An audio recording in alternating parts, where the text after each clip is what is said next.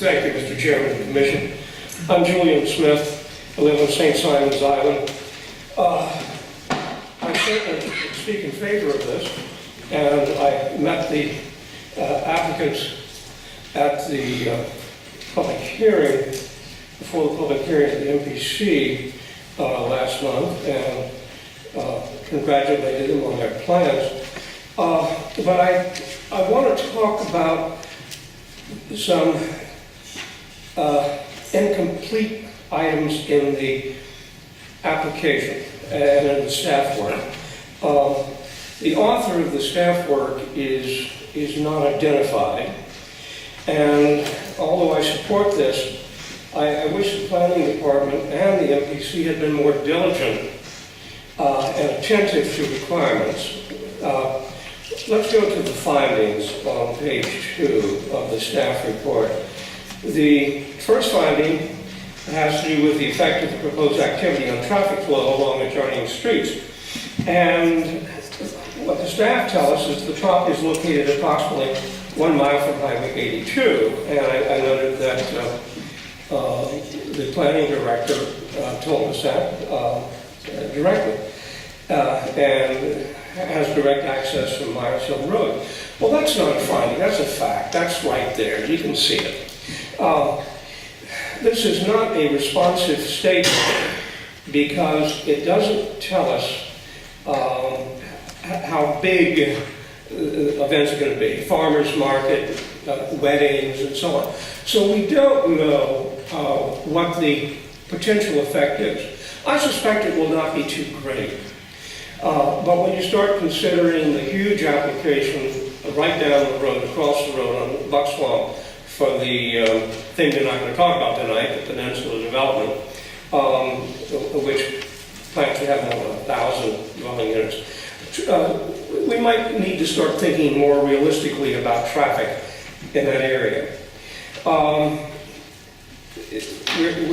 We're supposed to have, the application is supposed to have the location of off-street parking, and instead we have this statement. The property is almost 50 acres in size. The barn, site, and associated activities will be located in the back southeast corner of the property. There's ample room to accommodate parking. Folks, you really need on a farm to establish where the parking for the public is going to be and for the farm vehicles and so on. Believe me, I've been there. I know how important this is. So that's not, the location's not on the site plan. We don't know where anything is going to be. By the way, we're told that the MPC recommended the proposed structure be located away from lot lines. Well, yeah, it's called setback. How far back from lot lines? How far will a cow barn or a pig barn or pig yard be, if they're going to have one? So that's something that really should be inquired into by the MPC, and they didn't after I raised questions. And then we're told about the amount of location of open space. As a working farm, open space will be plentiful. I'd like to call your attention to the definition of open space in your zoning ordinance. Quote, an area of land or water essentially unimproved and set aside, dedicated, designated, or reserved for the common use or enjoyment of an activity or passive recreational facility. And there are other things in that definition. But here's the point. The open space should be dedicated, designated, or reserved. Where is this dedication? Where is it designated? Well, it's not designated on the site plan. Hours and manner of operation to be determined, say the staff. I have sat on applications like this in another state, and I got to tell you, in an area where there are residential properties, you've really got to determine what hours of operation.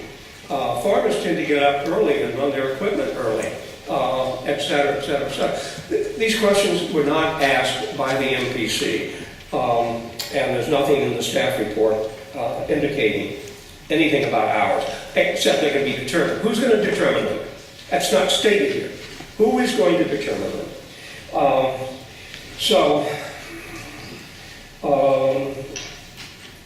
Traffic, ingress and egress to the property, and access to the property will be provided from Myers Hill Road. Well, where is the gate going to be, etc.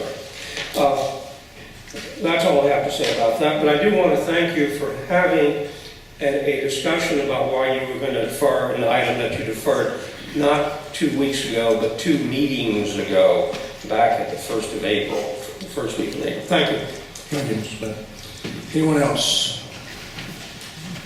I'm Julian Smith. I still live on St. Simon's Island, but I didn't give my address, 61 Maxwell Avenue. I spoke in opposition to this application at the MPC meeting last month, and I explained ways in which the application was not complete. And I noticed that the document before you, the one dated April 26th, is identical to the information that was in the staff report that was in the packet for the MPC. So nothing has changed, even though the MPC heard me talk about the incompleteness, and I believe the Director of Planning did as well, but apparently pointing things out to county staff doesn't have much effect. Let me talk about why the application is not complete. We're told that this use requires direct access to a major street, a controlled access highway. There is no access provided on the site plan. And what I mean by this is we're told that the access is going to be from a separate property, an abutting property owned by the same family. But that access route is not shown. There is no easement provided, which I think would be prudent. So no one knows, at least not on the MPC, and you don't know unless you've spoken privately to the applicant, how the access is going to cross a separate parcel. Now, going to the findings. The first finding, the effect the proposed activity will have on traffic flow along adjoining streets. And as with the last application, the one for the farm, we're told, we're given a non-responsive statement. Southport Parkway provides adequate access. This site is also in close proximity to Highway 82, Highway 17, and Interstate 95. But we're not told the effect, the specific effect. I doubt there will be much effect, unless all of the people who park their RVs inside these buildings are going to come out every day and crowd the highways. I doubt that's going to happen. We are told in item 8 about ingress and egress. Access to the property will be provided through the adjoining mini storage site. The existing fence will remain and a gate provided between the two properties. Where's the gate going to be? Again, where's the access going to be across the other property? I suspect that this lack of attention to detail is something that our new planner really needs to work on. This is something I suspect that comes from the old regimen. These are new times, folks. Thank you. Thank you. Anyone else like to speak in opposition to the application? Most likely is local people build it. I wouldn't deny that because you go in any community, most of your contractors are local contractors, but I would ask you to take a survey of who they're building for. I don't think they're building for local people, they're building for new people coming here. And if new people come here, Let's direct the comments through the chair. Mr. Smith, I assume that you are speaking. Yes, I'm speaking in favor of this ordinance. But I want to thank some members of the commission, particularly Commissioner Browning, for the gift he has given us, a reminder of how important it is for St. Simon's Island to take control of its own destiny. If you turn this compromised, weak ordinance down, you will help encourage the incorporation of the island.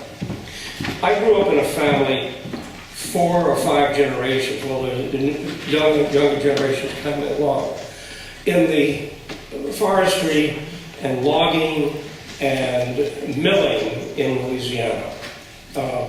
I saw some great, massive trees come down, particularly cypresses.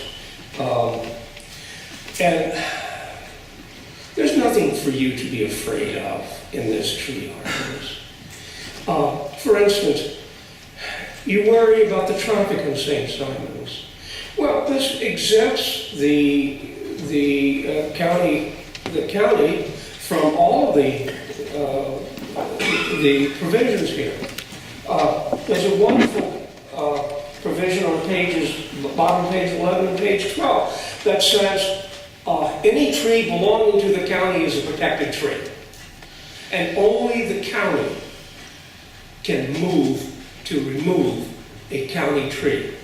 And that, in practical terms, that means any meeting of the county commission that has a quorum of 4, with 3 votes, can take down every tree on county property along Frederica or Demery or anywhere else on St. Simon's Island. You can do it any time. You can do it out of meanness. You can do it out of deluding yourselves that this is somehow going to improve things by making traffic move faster, so there'll be more chances for development, et cetera, et cetera. It's got some wonderful exemptions. For instance, on page 7, 1-line exemption. Here's something that's exempt. Land currently zoned and primarily used for agriculture or silviculture, for tree culture.